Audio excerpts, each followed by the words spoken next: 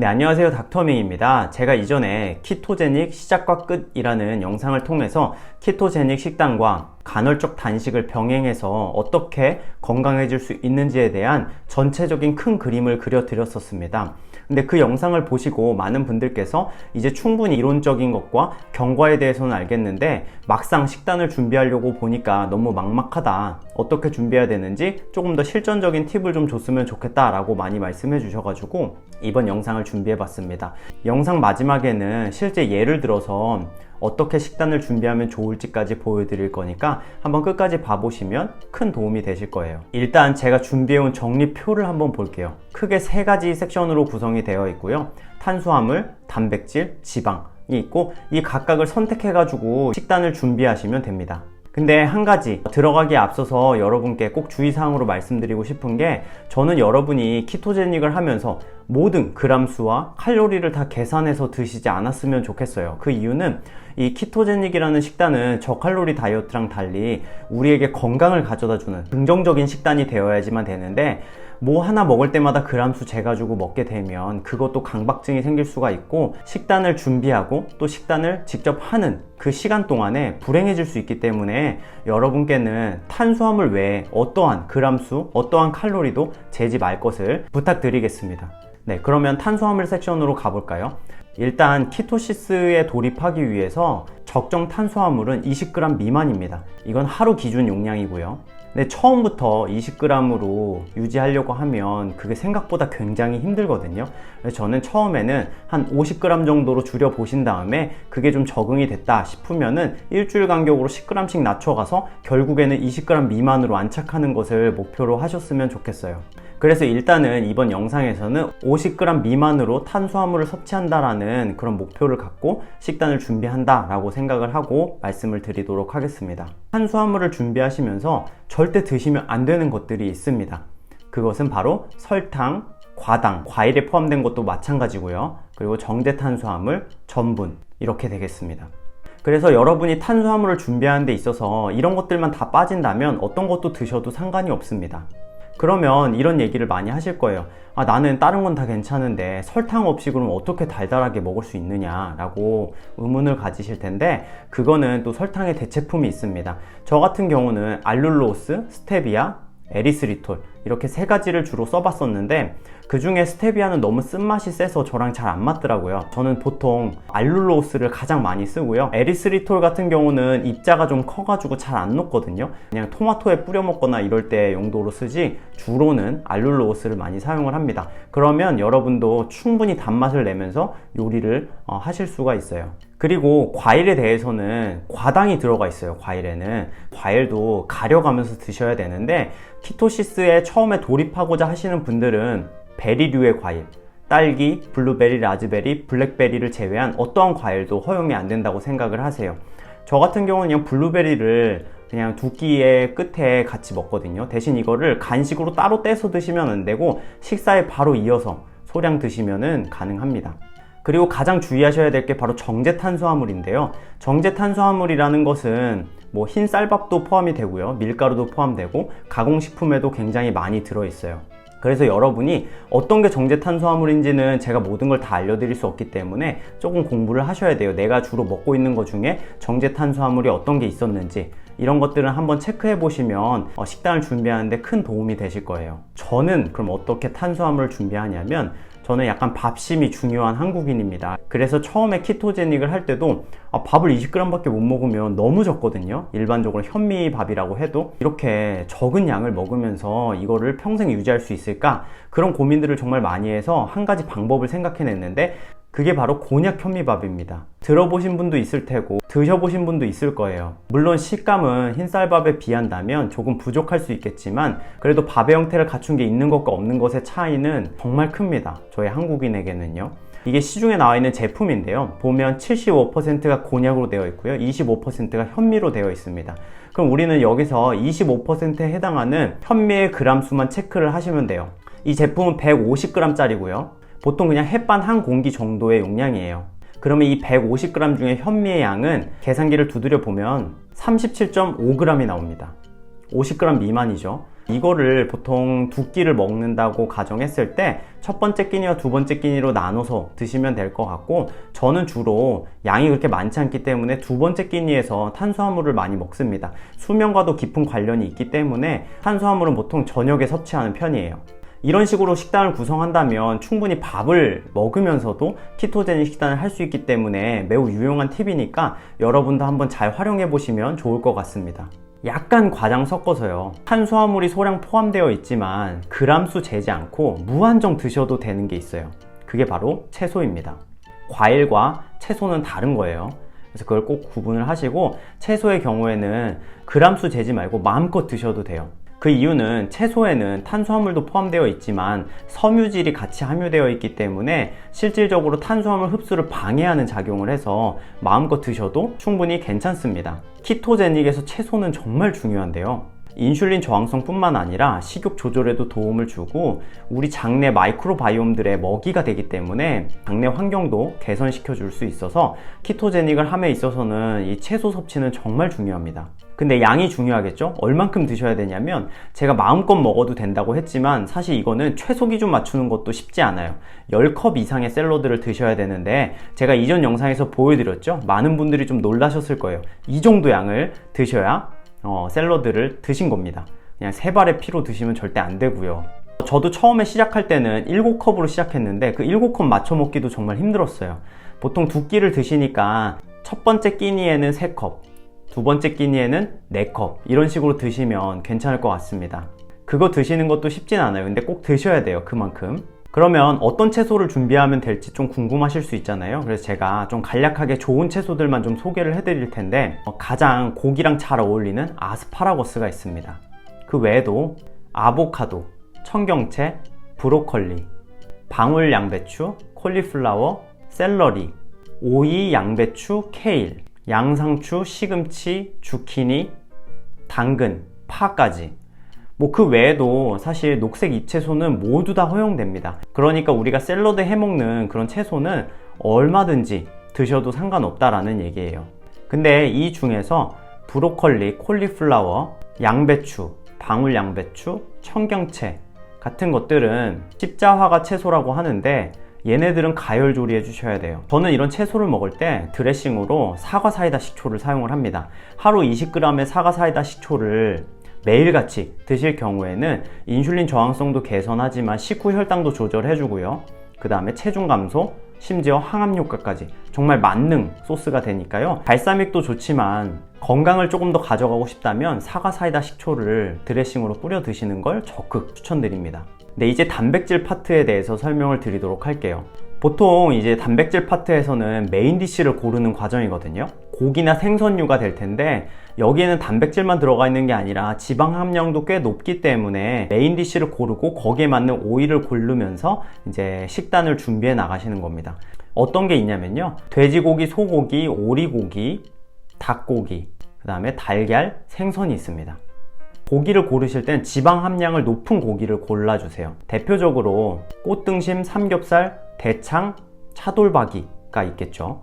그 중에서도 지방 함량이 높을수록 좋습니다. 저는 사실 이렇게 육류 중에서는 소고기를 더 추천하긴 해요. 물론 지방 함량이 낮긴 하지만 돼지고기에 비해서요. 혈분 함량이라던가 비타민 B12를 공급할 수 있고요. 그것보다도 사실 사육 환경이 좋기 때문에 우리 체내에 들어왔을 때 염증 유발 가능성이 돼지고기보다 좀 더 낮습니다. 돼지고기는 반면에 닭과 불포화 지방산과 히스타민 함량이 높기 때문에 체내로 들어왔을 때 좀 염증을 많이 유발하거든요. 그럼에도 삼겹살이 먹고 싶다라고 하면은 청정 무항생제 목초지 삼겹살을 사셔야 돼요. 그게 바로 이베리코 삼겹살이 되겠죠.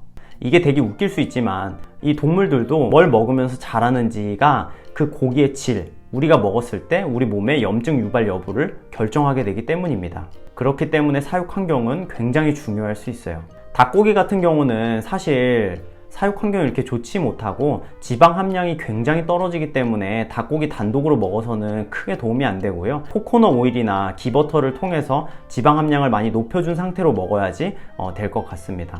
저는 가장 선호하는 게 사실 오리고기예요. 그래서 주에 한 3번 정도는 오리고기를 먹고 있고요. 지방 비율도 높지만 훈제나 생고기 어떤 방식으로도 다 맛있게 먹을 수 있기 때문에 정말 추천할 만한 고기가 되겠습니다. 그리고 일주일에 한 번은 반드시 저는 생선 섭취를 하고 있는데요. 저는 연어도 자주 먹고요. 정어리, 삼치, 고등어 같은 그런 등푸른 생선들을 주로 조리해서 드시면 될 것 같아요. 이 어류에서는 아무래도 중금속 이슈가 있어가지고 큰 생선보다는 조금 작고 좋은 환경에서 이제 잡힌 그런 생선들을 구매해서 드시면 좋을 것 같고요.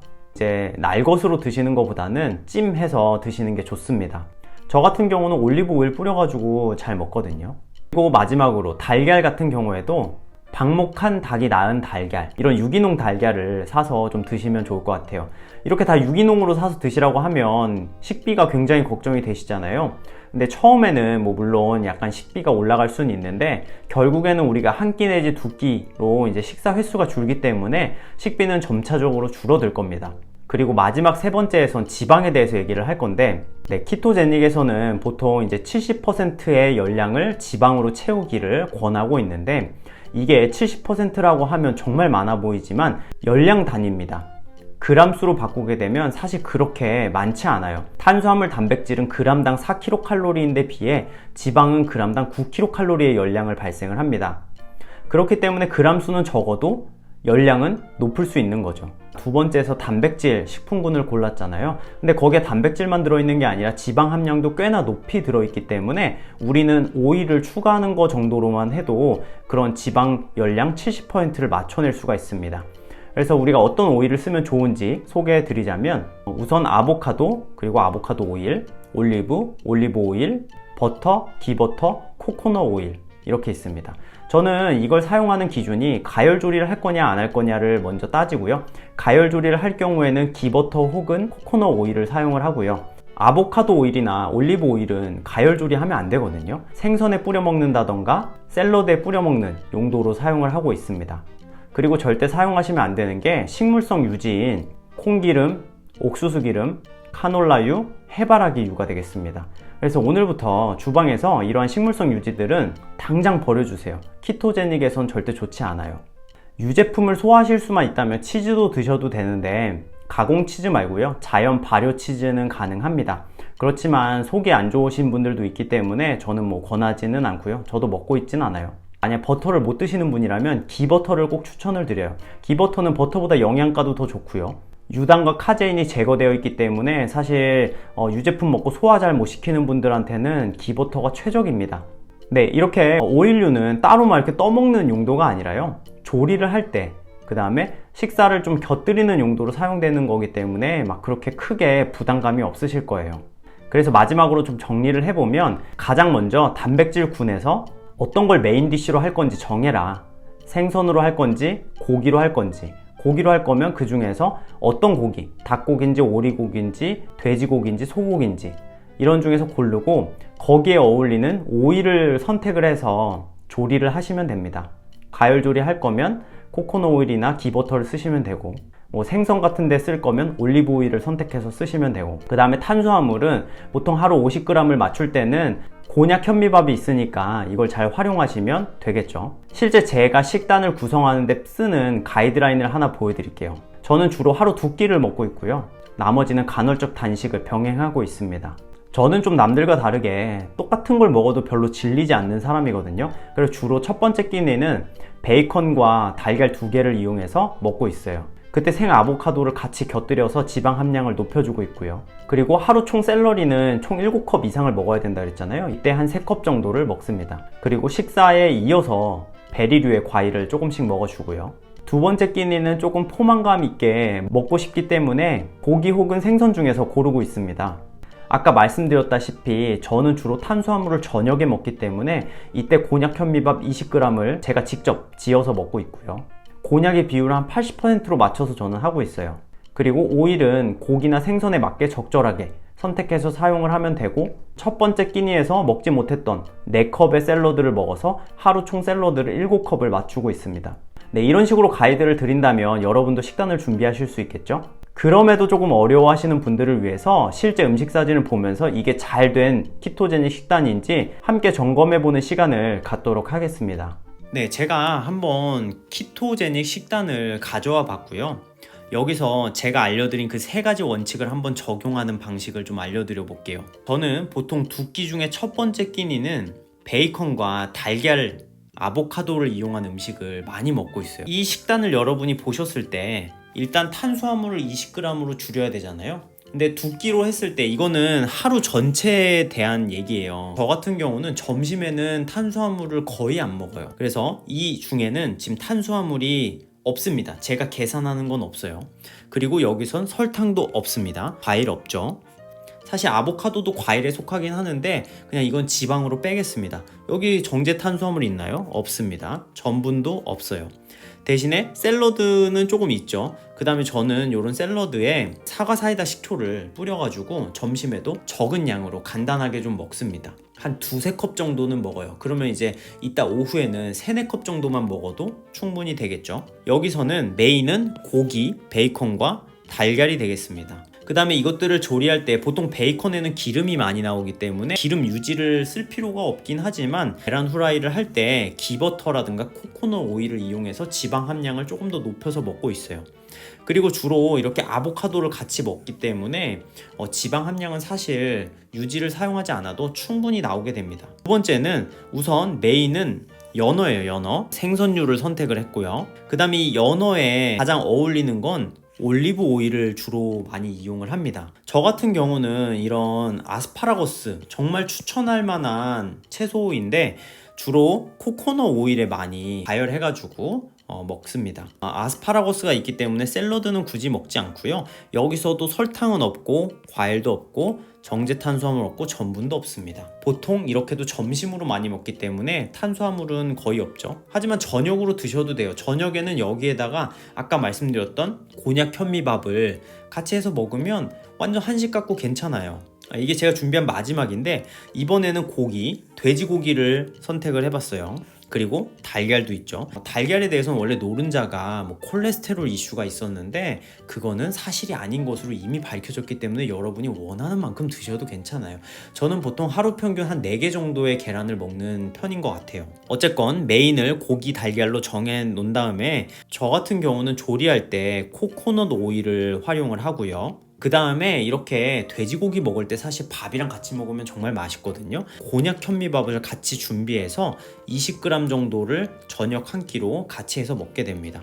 그리고 이게 만약 저녁이라면 10컵 정도의 당연히 샐러드가 있으면 도움이 되겠죠. 이 식단에도 설탕은 없고요. 과일도 없고요. 정제 탄수화물 없고 전분도 없고. 근데 만약에 입이 좀 텁텁하다 그러면 블루베리 한 10알 정도 드시면 될 것 같아요. 네, 어떻게 잘 보셨나요? 사실 키토 식단이 준비하기도 막막하고 내가 준비해 놓고도 이게 진짜 키토 식단 맞아? 라는 생각이 많이 들어가지고 지속하는 게 조금 어려우셨을 거예요. 근데 오늘 제가 정리표 드렸잖아요. 그걸 체크리스트 삼아 먹으면 안 되는 건 어떤 건지, 꼭 포함돼야 되는 건 어떤 건지 이런 것들을 체크하면서 내가 준비한 식단을 계속 점검하시다 보면 올바른 키토 식단을 드실 수가 있습니다. 저도 혼자서 잘 준비해서 먹는 경우가 많기 때문에 여러분도 하실 수가 있어요. 네, 오늘 영상 유익하셨다면 구독과 좋아요, 알람 설정까지 꼭 좀 부탁드리고요. 저는 다음에 더 유익한 영상으로 찾아뵙겠습니다. 감사합니다.